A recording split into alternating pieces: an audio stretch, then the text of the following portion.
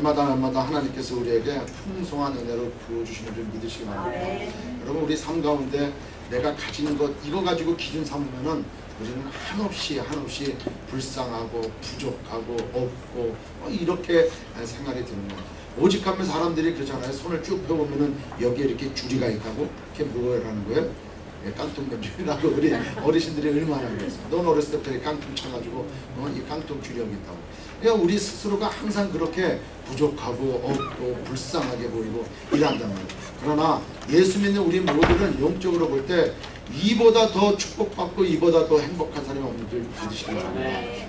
그러한 축복 가운데 우리는 날마다 기쁨으로 또 회복됨으로 하나님 앞에 영광 돌림으로 이렇게 살아가야 되는 것이죠. 자, 오늘 같이 말씀 보도록 하겠습니다. 에베소서 5장 22절부터 33절까지 말씀입니다.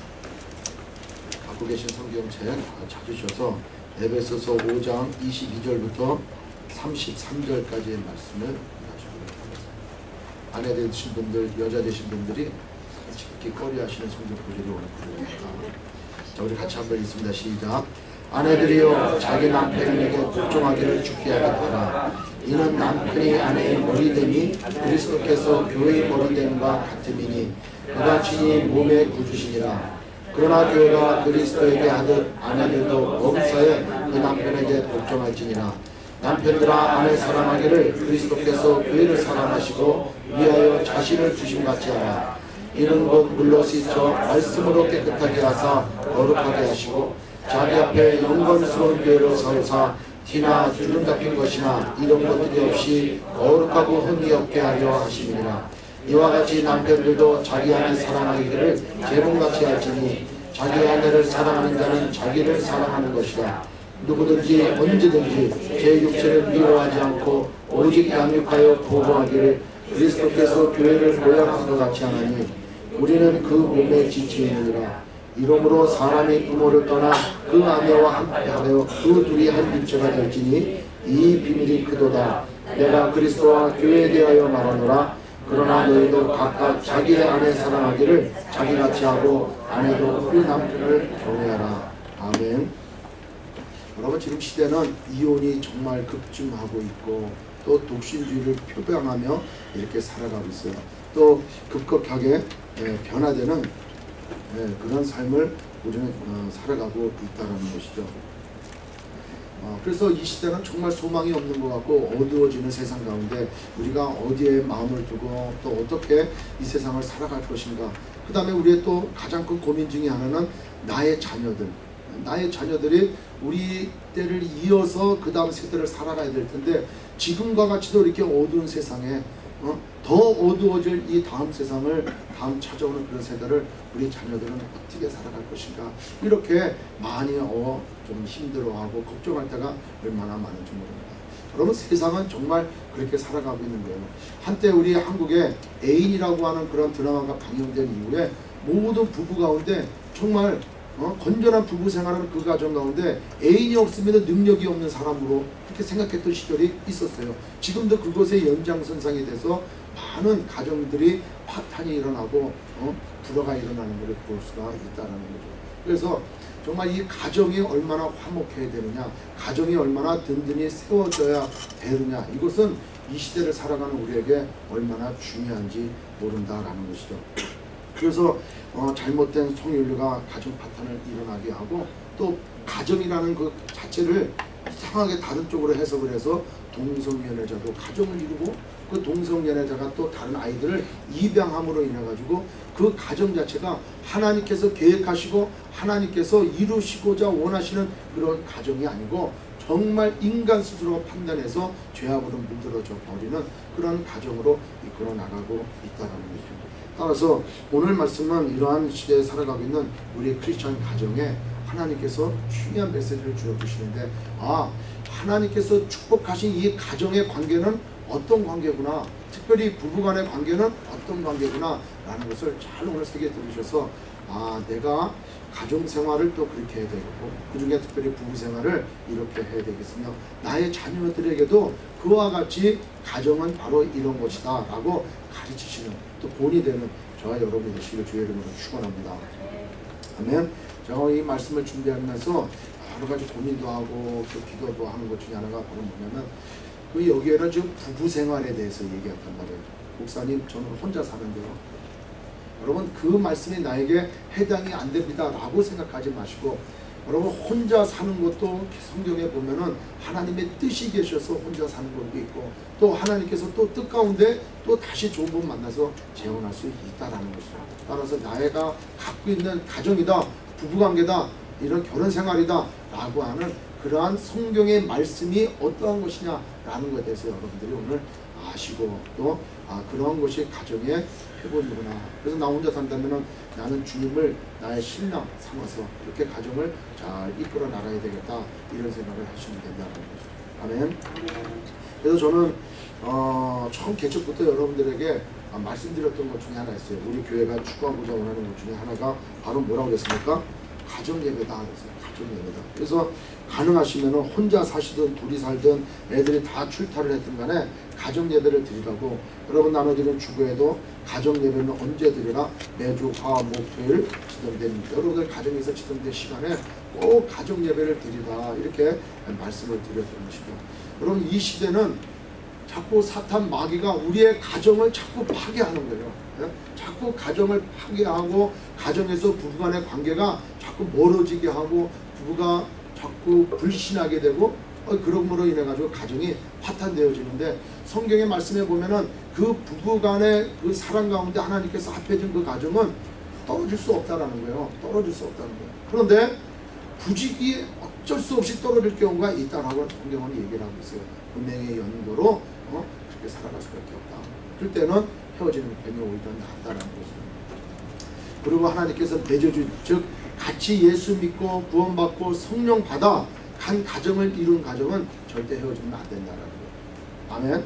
그러나 우리가 믿지 않았을 때, 저번에 예수 믿지 않고 나도 역시 잘 믿지 않아서 그렇게 삶을 살아가지 못해서 정말 이혼하게 되었다, 헤어지게 되었다, 또 이럴 때는 또 거기에 따라서 하나님의 말씀이 있어지겠죠.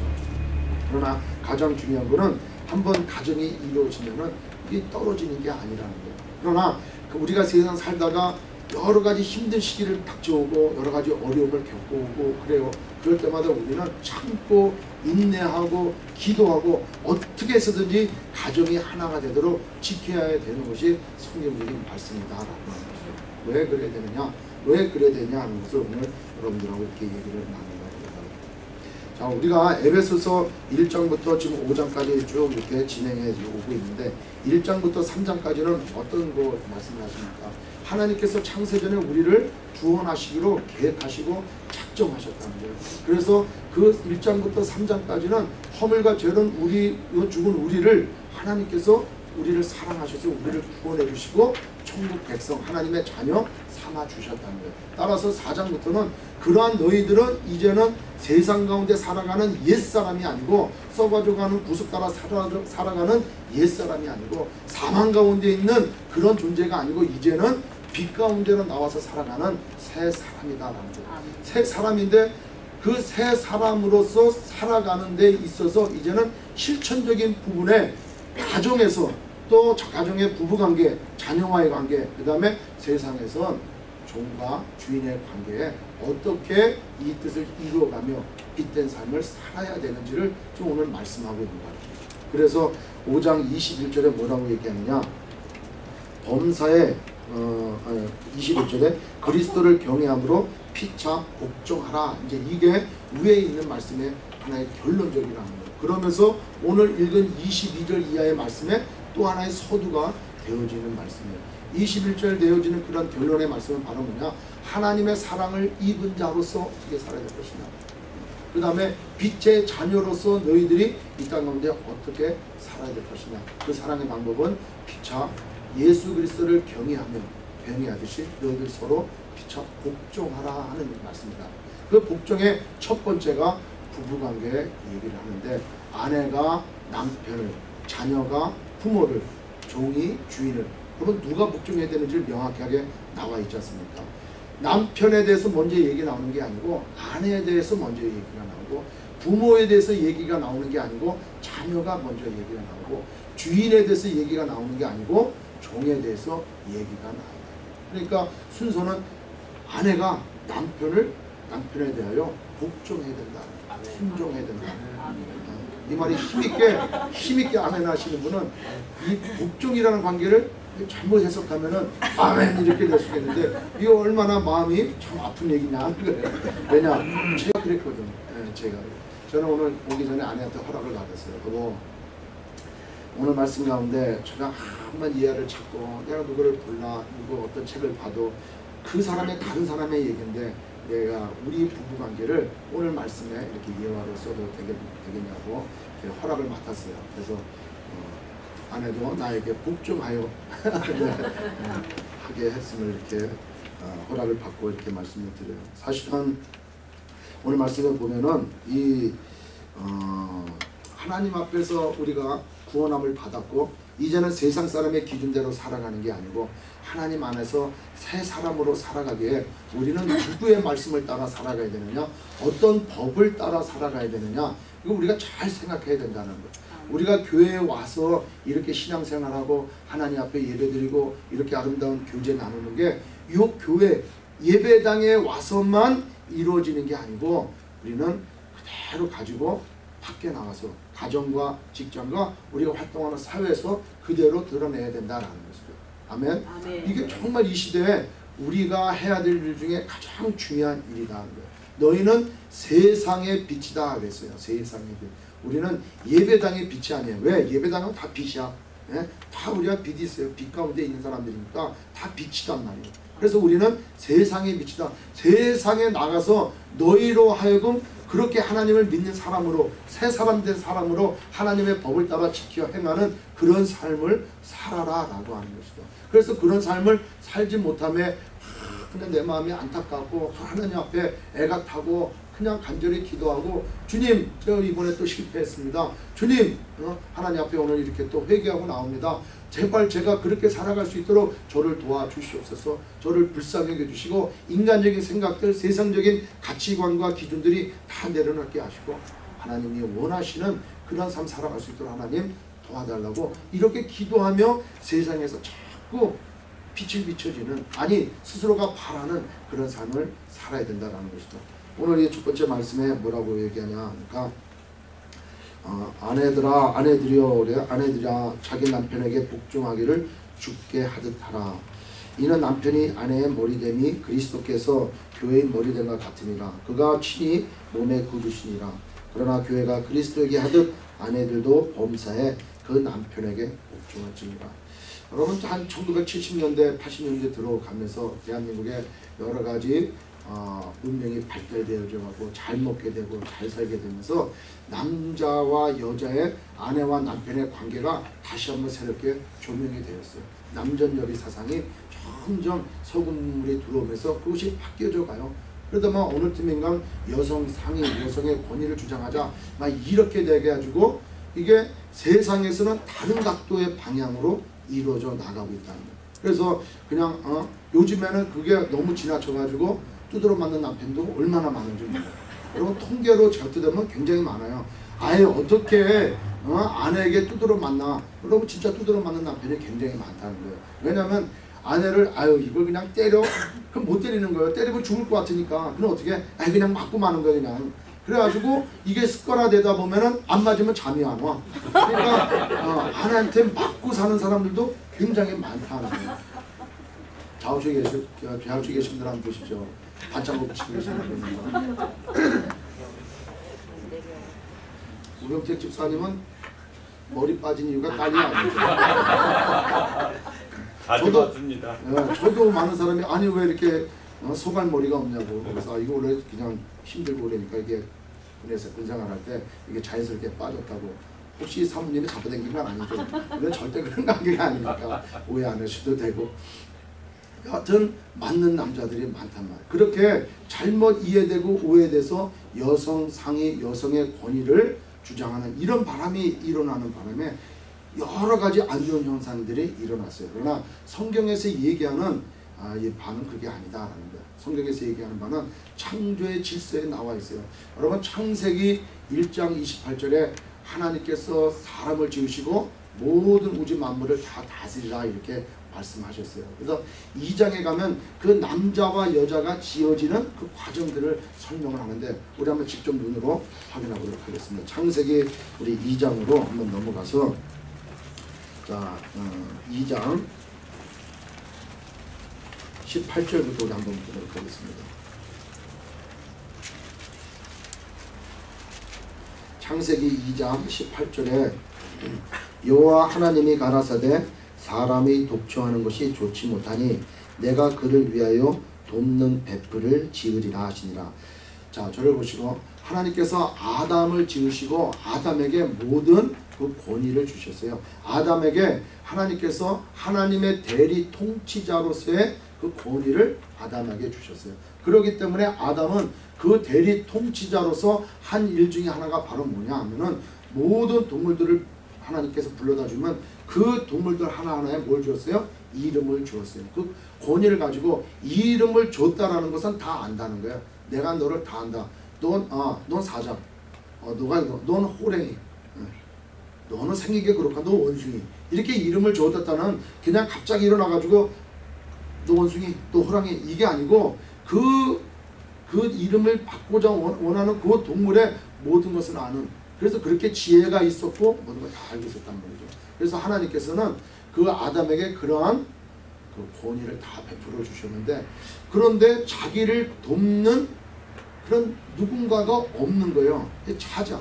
그게 없는데 하나님께서 그 아담이 혼자 독초하는 것이 보이지 않아서 그에게 어떻게 해요? 자, 보시죠.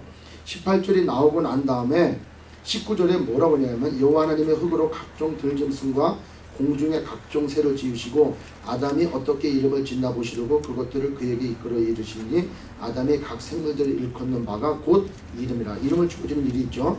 그 다음에 20절에 아담이 모든 육축과 공중의 새와 들의 모든 짐승에게 이름을 주니라. 아담이 돕는 배필이 없으므로 혼자 그 일을 하려고 하니까 굉장히 힘들었겠죠. 그러면서도 자기는 그 누군가로 왜 하나님께서 동물을 자기 앞으로 데려다 주는데 암수로 데려다 줬거든. 암수로 데려다 줘서 다 지나 나가는데 자기가 없단 말이에요. 자기 거를 지금 찾고 있는 거예요. 자기를 자기 것도. 그래서 아담이 돕는 데 필요 없으므로 21절에 여호와 하나님이 아담을 깊이 잠들게 하시니 잠들매 그가 그 갈빗대 하나를 취하고 살로 대신 채우고 여호와 하나님이 아담에게서 취하신 그 갈빗대로 여자를 만드시고 그를 아담에게로 이끌어 오시니 아담이 가로되 이는 내 뼈 중에 뼈요 살 중에 살이라. 이것을 남자에게서 취하였은즉 여자라 칭하리라 하니라. 자, 그 이름을 짓는 중에 여기 이제 표준 세번역이라든가 표준 공동 번역이라든가 이런 데 보면은 어떻게 이제 해석이 되냐면은 아담이 각종 동물들, 새, 짐승들을 자기 앞으로 지나가게 할 때 이름을 지어준단 말이에요. 근데 없단 말이에요. 그때 하나님께서 잠들게 하셨다고. 그러니까 아담 혼자 독초하는 것이 좋지 않아서 바로 여자를 만들어 준 게 아니고 이름을 짓는 과정 가운데 자기의 배필을 찾는 과정 가운데 눕게 하고 그 다음에 갈빗대를 취해서 여자를 이렇게 만들어서 그리고 그 뒤에다 이렇게 데려다 놨단 말이에요. 그러니까 아담이 찾는 중에 그 여자를 봤어요. 그 보는 순간 자기 건 줄 아는 거예요. 그래서 표준 세번역에는 뭐라고 표현이 되냐, 여기에 나타났다 이렇게 표현해요. 나타났다. 내 뼈 중에 뼈요 내 살 중에 살이로다. 아담이 찾고 있었다는 거예요. 자기 배필을. 또 공중 번역에도 드디어 나타났구나. 드디어 나타났구나. 내가 찾았다. 이렇게 되어진다. 그래서 아담은 그 돕는 배필을 찾았어요. 그러니까 창조 질서상 누가 먼저 지어졌냐? 남자가 먼저 지어졌고 그 남자가 하나님의 일, 즉 대리 통치자로서의 그런 사역을 감당할 때 그 감당하는 일들을 도와주기 위해서 헬퍼로서 역할을 감당하라고 아내를 주어줬다라는 거예요. 그렇다면 아담과 하와가 지어질 때 그 위치가 아담은 모든 것을 다스리는, 지배하는 그런 위치로 하나님께서 지어주셨고 하와는, 여자는 어떻게 지어졌다? 아내는 그 남편을 돕는 배필로 지어졌다는 거예요. 따라서 성경적인 남편과 아내의 관계는 남편이 주의를 잘하고 열심히 일을 하고 벌고 집에서 가정에서 그러한 가정의 제사장으로 그 일을 감당할 때 아내는 그 일을 잘 감당하더라고 돕고 순종하고 복종하는 관계로 주어졌다는 거예요. 아멘. 근데 이게 우리 마음 가운데, 우리 크리스찬 가운데 정확히 알고 있고 듣고 있어야 된다는 거예요. 근데 그렇지 아니하고, 아니 왜 하나님께서는 우리로 하여금 남편한테 복종하라. 아, 나 그렇게 못하겠다고. 저 사람 성질도 더럽고 막 내가 저 사람보다 아는 게 많고 내가 배운 게 많은데 왜 저 사람들에게 저 남편에게 내가 왜 복종해야 되냐고. 그리고 막 톡을 들고 막 여성상이 막 이렇게 하는 거는 이게 성경을 잘 몰라서 하는 얘기다. 여러분, 남자와 여자를 지어주실 때 그렇게 위치적으로 지어주셨다는 거예요. 그 얘기는 뭐냐? 기능적인 역할을 그렇게 하라고 하는 거예요. 그러나 남자와 여자의 인격은 동일하다. 아멘. 그런데 우리는 거기에서 잘못된 견해를 가지고 마치 여자가 남편을 복종한다. 복종의 그런 개념이 과거엔 노비가 그렇게 하듯이, 노예가 그렇게 하듯이 그런 개념을 가지면 안 된다. 그래서 우리나라 옛날 이조시대 때 가졌던 게 그거 아닙니까? 남전여기 사상으로 그렇게 가졌잖아요. 성경에도 잘못 편성, 잘못 파악되어 그래서 여자는 숫자에도 씌어들지 않잖아요. 오병이어 기적을 할 때 거기에 남자만 5,000명이었더라. 여자는 숫자에 씌어지지 않아요. 가나안 땅에 점령할 때 장정만 60만 명이었다. 여자가 치러지지 않는단 말이에요. 그런 게 아니에요. 남자와 여자는 동일한 인격을 가지고 있을 때 기능적인 면에서 차이가 있다라는 거예요. 아멘. 그에 대해서 우리가 잘 알고 있어야 된다는 거예요. 그래서 2장 18절에 보니까 하나님이 아까 말씀하신 대로 돕는 배필을 지으리라. 이 말씀은 다른 성경 번역에는 뭐라고 되어 있느냐? 개역 한글에 이렇게 여자를 돕는 배필을 설명을 하고, 표준 세번역에는 돕는 사람이다. 그 다음에 공동 번역에서는 그의 일을 거들 짝에 대해서, 또 우리말 성경에 보면은 그에게 알맞는 돕는 사람. 그래서 그 아내는 그 남편과 잘 어울려서 하나님의 일을 하는데 남편이 열심히 하고 최선을 다하고 할 수 있도록 그 아내 된 자는 그렇게 그 일에 복종하고 순종하고 돕는 배필로서의 역할을 해야 된다. 이것이 바뀌면 안 되는 거예요. 바뀌면은 집에서 바뀌면 안 된다. 역할이 바뀌면 안 된다. 바뀌면은 그것이 이제 문제가 생겨지게 되어진다. 그러면 남자는 어떻게 해야 되느냐?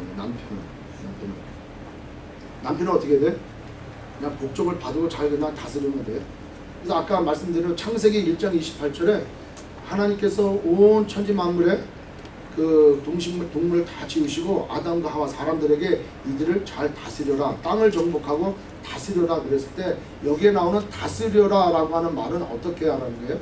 사랑으로 감싸주라는 거예요. 그러니까 아내를 지배하고 아내를 다스리라 이런 말은 그를 사랑으로 보듬어 주라는 거예요. 창세기 3장 16절 한번 보면은 아담과 하와가 이제 죄악 가운데 있었어요. 죄가 누구부터 졌습니까? 네, 죄가 여자가 졌어요. 여자가. 그러니까 여기에서 아까 제가 말씀드리려는 그런 내용들이 일부가 나온다는 거예요. 자, 하와가 이렇게 있는데 뱀이 들어왔단 말이에요. 뱀이 들어와서 하와야를 유혹을 해. 너 이거 선악과 하나님이 진짜 먹지 말라고 그랬냐? 그러니까 먹지 말라고 그랬다고. 그거 먹으면은 우리가 정령 죽을까? 하느라 죽을 수도 있다. 이렇게 얘기했단 말이에요. 그러나 아담에게 얘기할 때 뭐라고 얘기했습니까? 너가 이것을 먹는 날에는 정령 정말로 surely 죽는다 이렇게 말씀을 했는데, 이거 먹으면 이거 아마 죽을 건데 뭐 이렇게 얘기가 되니까 확실한 거예요. 그러니까 그 마음 가운데를 타서 하와를 유혹하고 그 선악과를 따먹게 했단 말이에요. 그렇다면은 여기에서 하와가 그 아담의 권위를 인정을 하고 그 아담에게 순복하고 복종했다면은 그 선악과를 먹기 전에 어떻게 해야 돼? 남편에게 가져와서 물어봐야 돼.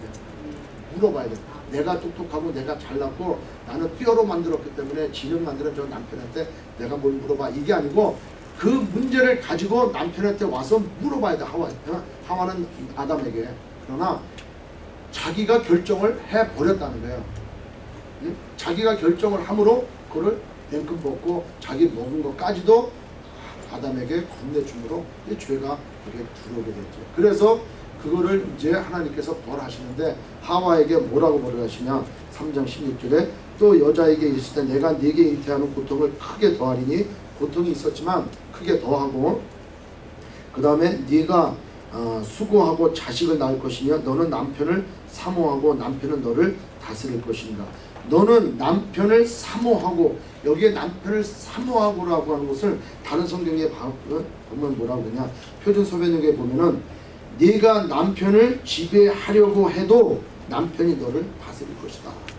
이게 그러니까 남편이 허락 없이 범한 그 범죄로 인해서 죄가 들어온 것처럼 이제는 너가 그렇게 하지 말라는 거예요. 너 스스로가 네 남편을 지배하려고 해도 남편이 너를 다스릴 것이다. 이렇게 얘기한다. 그러니까 아내는 집안에서 남편에게 순종하고 복종하는 그 위치가 맞는 위치다라는 거예요. 자, 그렇다면은 남편은 어떻게 되느냐. 남편은 아담에게 17절 이랬을 때 네가 네 아내의 말을 듣고 내가 너더러 먹지 말라 한 나무 실과를 먹었은즉 땅은 너로 인하여 저주를 받고 너는 종신토록 수고하여야 그 소산을 먹으리라. 땅이 네게 가시덤불과 엉겅퀴를 낼 것이라. 너희 먹을 것은 밭의 채소인즉 네가 얼굴에 땀이 흘러야 식물을 먹고 필경은 흙으로 돌아가니니 그 속에서 네가 취함을 입었습니다. 너는 흙이니 흙으로 돌아갈 것이니라 하시니라.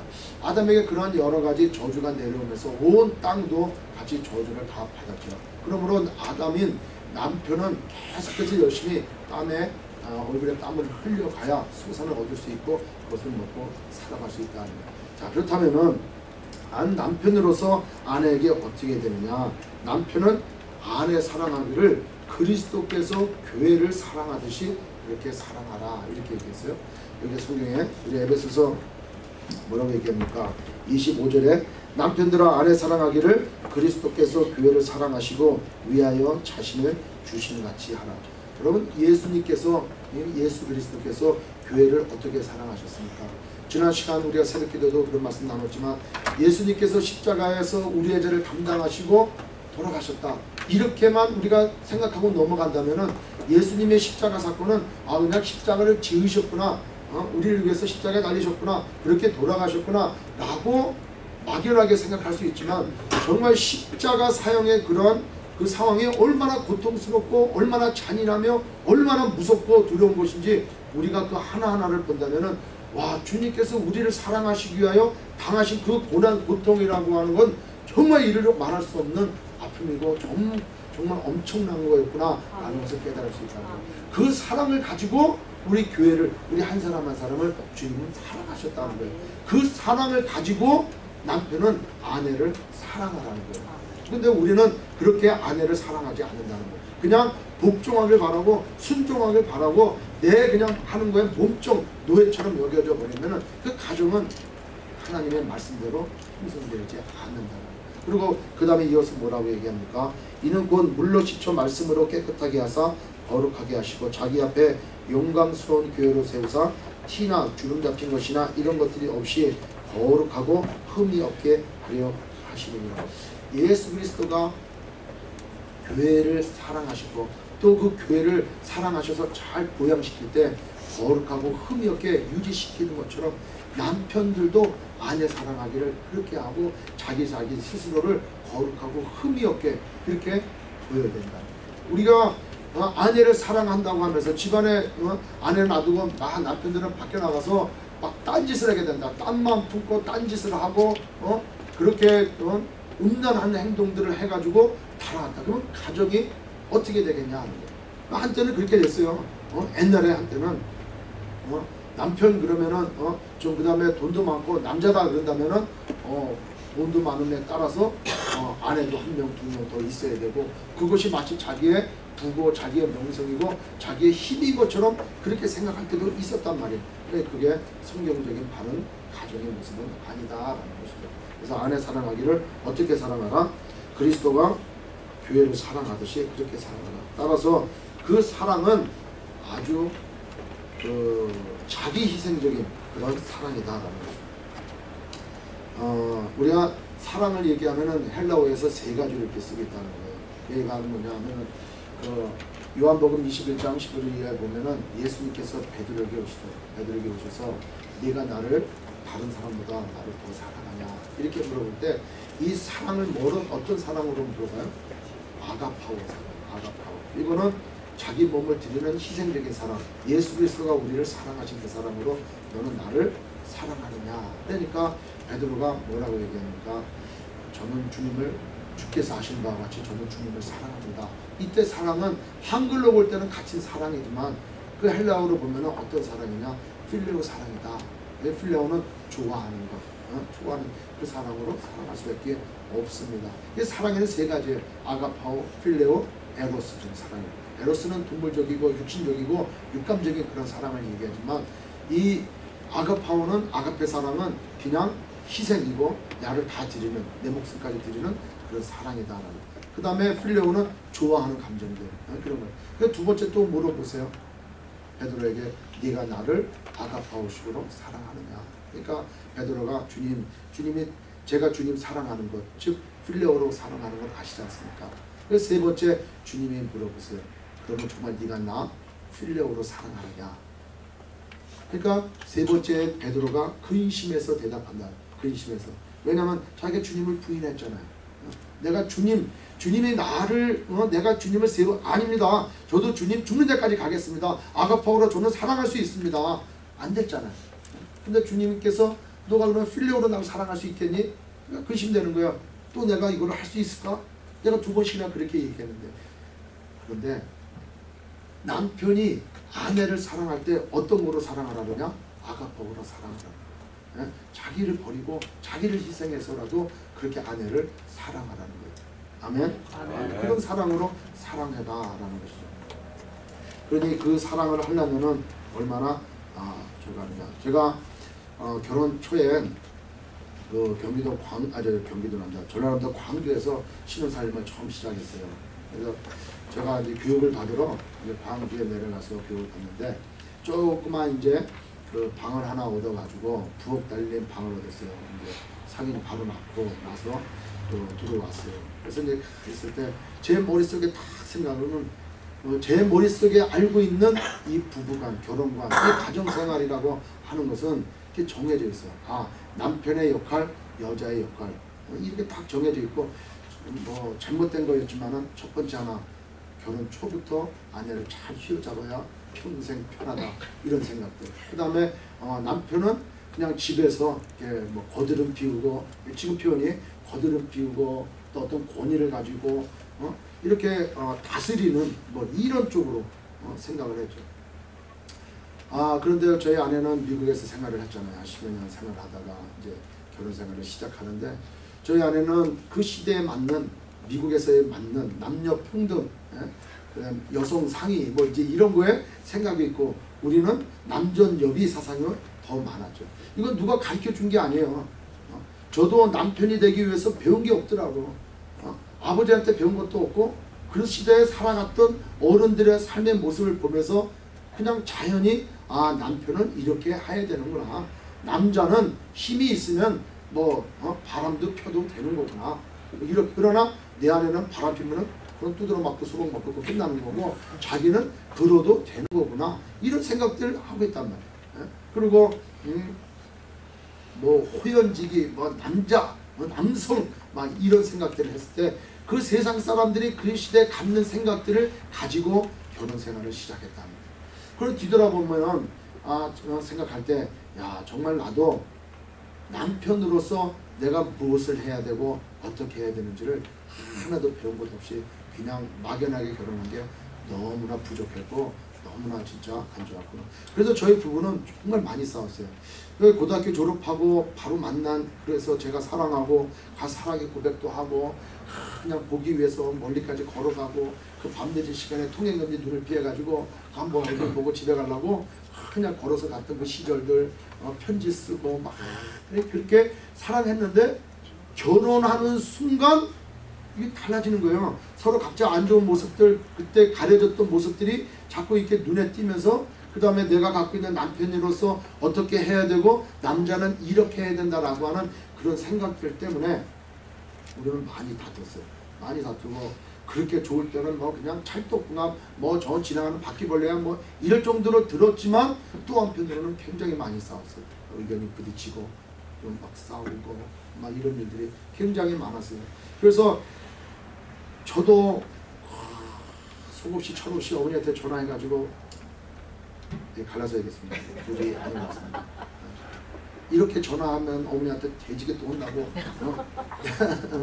막 야단 맞고 그랬어요. 그래서 그럴 때마다 야, 이 결혼 생활 왜 이렇게 힘드냐, 왜 내 말대로 안 따라오고 왜 자꾸 저런가, 이제 이렇게 많이 싸우고. 그 남자가 늘 나가서 술 한잔 마시고 들어오는 건 당연한 거고, 술 취해가지고 마누라 물 가져와 뭐 이러면 또 갖다 주는 게 뭐 이런 생각들. 근데 그런 것이 나의 삶 가운데 얼마나 잘못된 모습들이었고, 우리가 갖고 있던 남편 이거에 대한 잘못된 견해였는지 얼마나 참 후회가 되는지 몰라요. 그러다가 제가 이제 하나님을 만나고 나서 나의 가정생활을 짧게 뒤돌아보니까 정말 어리석은 삶을 살았구나.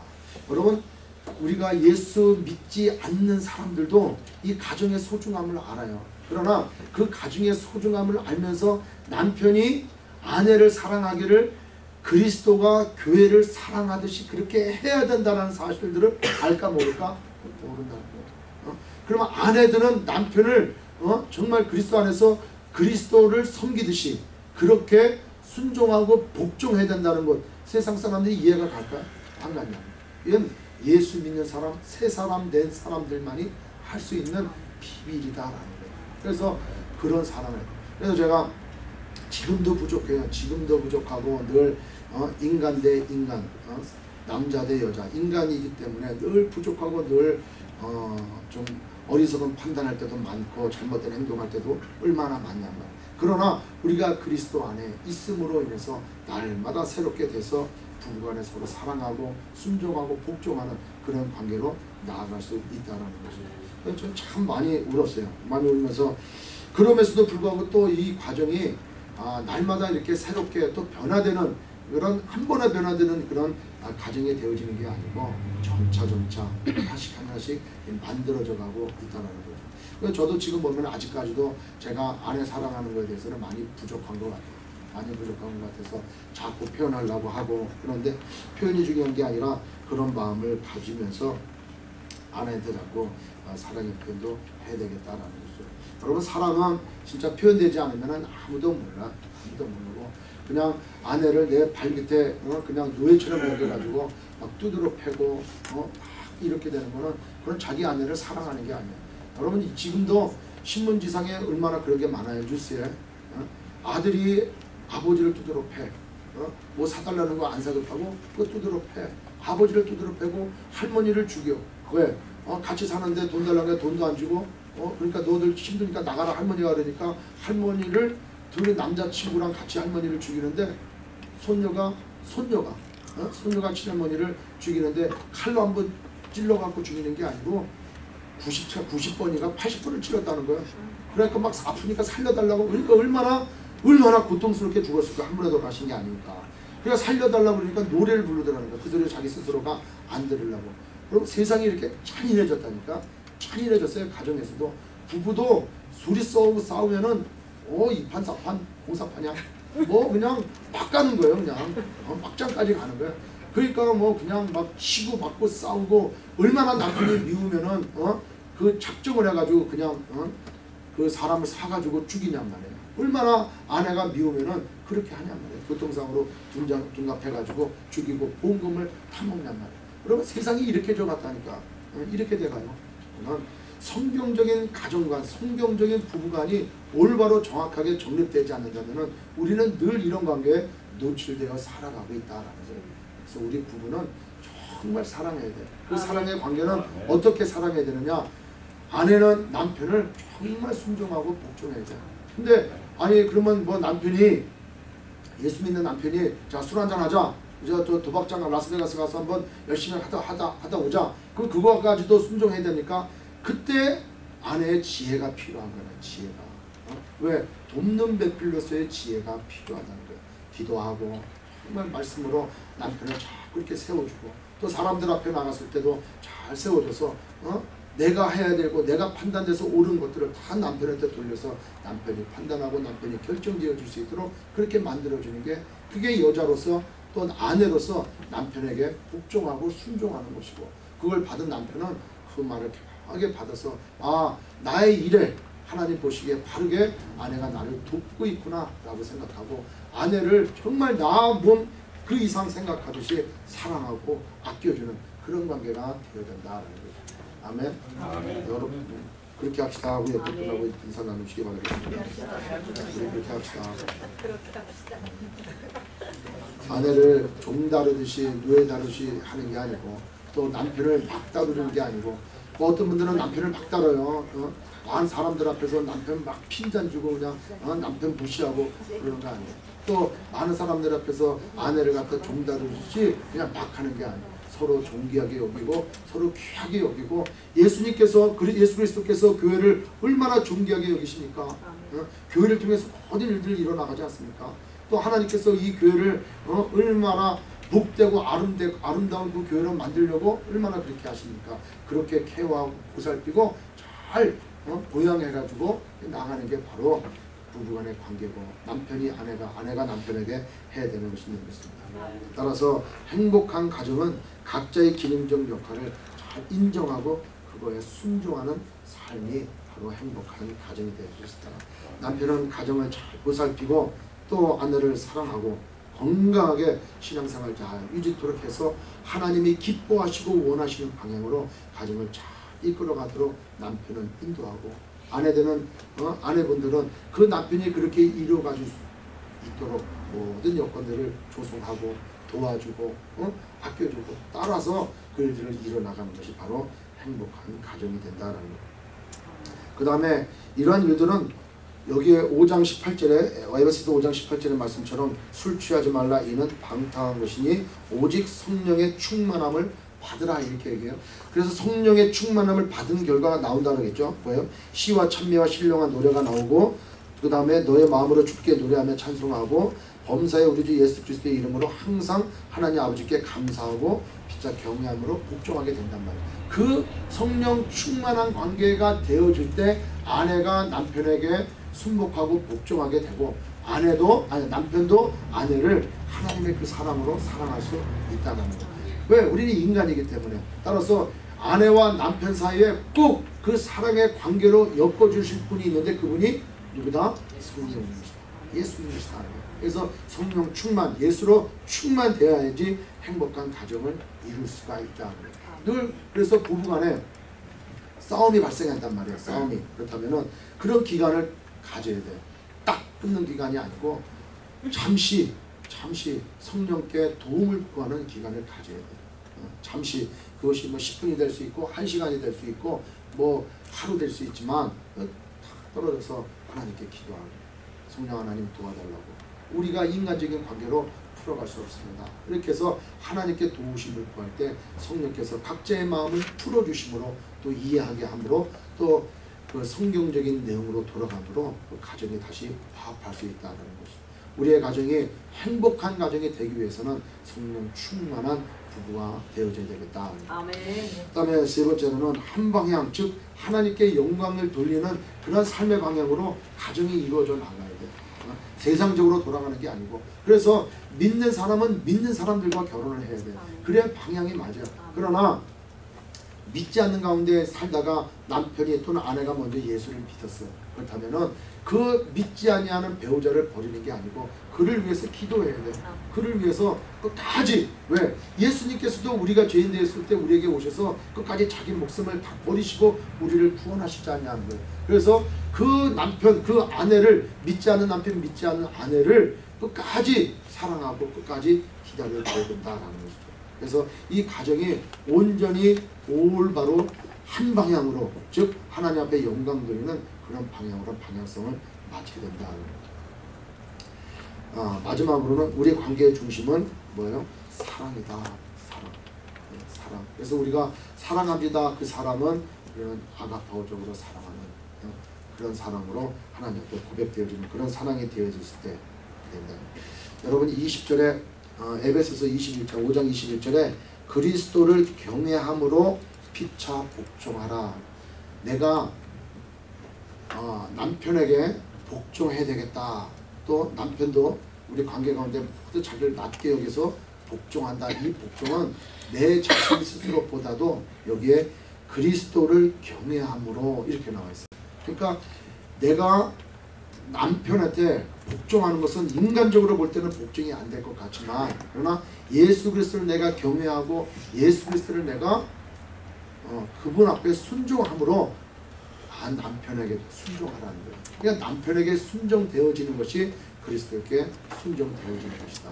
그러니까 남편에게 순종하는 그 자체가 내가 곧 그리스도께 순종하는 의미다라는 것이죠. 그냥 남편에게 어떤 인격적인 한 부분에 의해서 내가 복종되어지는 것이 아니고, 그 그리스도를 경외하듯이, 그 복종하듯이 남편에게 그렇게 하라는 것이죠. 부부간에 그렇게 하라는 것이죠. 따라서 사랑을 쌓아가는 부부가 되어야 된다. 어느 책에 보니까 이렇게 되어 있어요. 부부의 사랑은 창고에 사랑을 가득 쌓아놓고 결혼해서 하나씩 빼먹는 게 부부의 사랑이 아니고, 창고에 사랑을 자꾸 채워놓는 거라는 거예요. 그 말씀을 이렇게 그거를 딱 보면서 그런 생각이 들어요.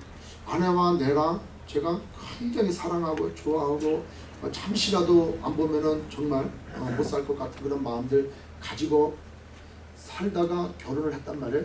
결혼을 딱 하고서부터는 이제는 내 사람이야. 이제는 목표가 달성이 됐어.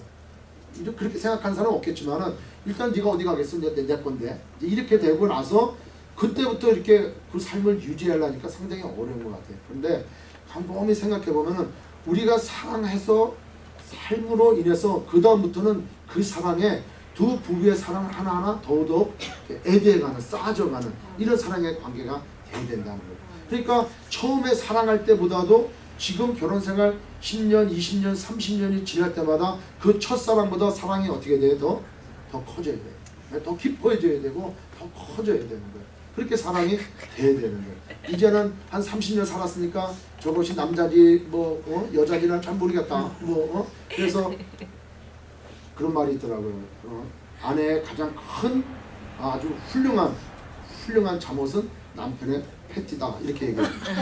그러니까 그냥 남자인지 이런 관계가 아니고, 그렇게 깊어질수록 부부간의 사랑은 더욱더 커져야 된다. 아멘. 그러니까 우리 옛날에 뜨겁게 사랑했을 때 그때가 좋았지. 보고 싶었을 때 달을 보면 달에도 얼굴이 그려지고 그때가 좋았지.